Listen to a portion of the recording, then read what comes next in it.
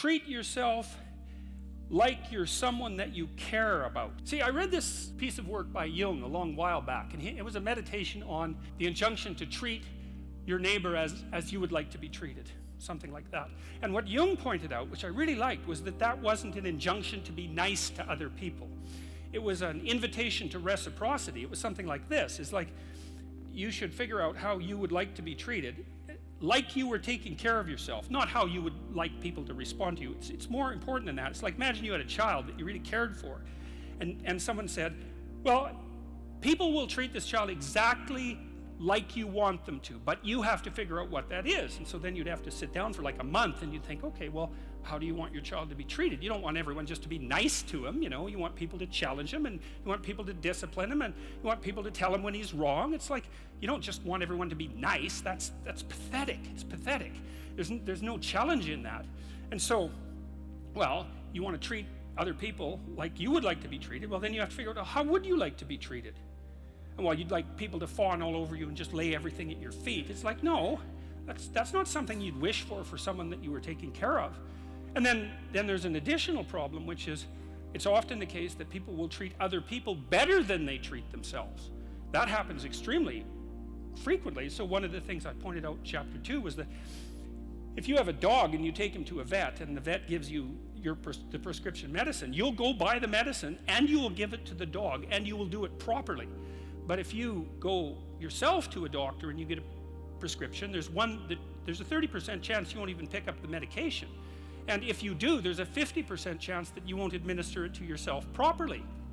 And so I really thought about that. When I first came across that statistic, it was another one of those little facts. I thought, what the hell's up with that? It's like, you'll do it for your dog, so obviously you'll do it for something you care about, and you're conscientious enough so you'll actually do it. So like, why wouldn't you do it for you? Your dog likes you, you know, even your dog would rather that you did, but you don't.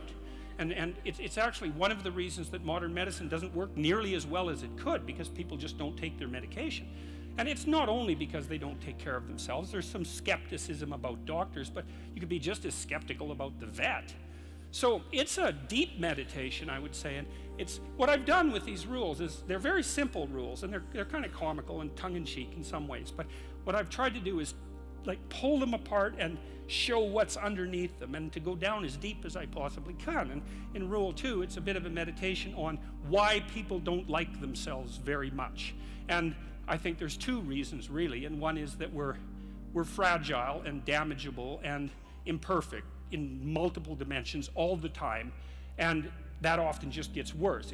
Lots of things get worse as you get old, for example. So it's not necessarily that easy for a self-conscious being who's extraordinarily aware of his or her own fragility, but not just fragility, foolishness and errors.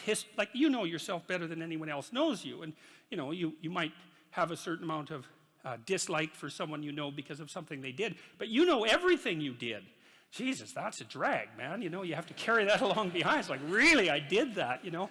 And then, so there's that. It's like you're weak and kind of useless and prone to temptation, and you know all those things, you know, that just shouldn't be that way. And then you're also capable of pretty vicious acts of malevolence, and so you also know that about yourself. And so it's a real existential question for people. It's like, why the hell should you take care of something as sorry and wretched as you are?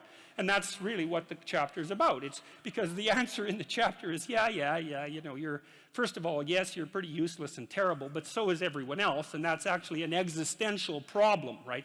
And what I mean by that, it's a problem that every human being has always had and always will. So it's not just you, it's a universal problem. And that there's an answer to that, and one of them is to, what is it to say? Love the sinner but hate the sin. It's something like that, is that despite the fact that you're not all that you could be, the proper attitude to have towards yourself is the attitude that you would have towards someone that you genuinely cared for. And that it's incumbent on you to act as if you genuinely care for yourself, just like you would act towards someone that you actually cared about, some other person. And so it's a reversal in some sense of the golden rule, right?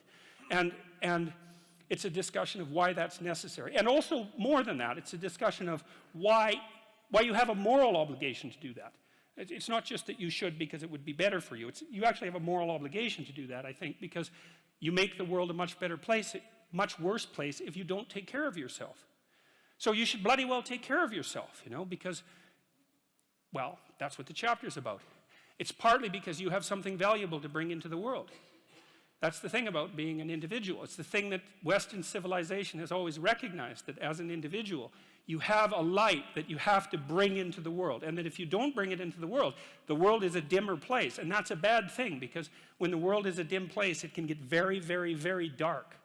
And so it's necessary, not just so that you feel better, not just so that you're a #1 lobster, none of those things.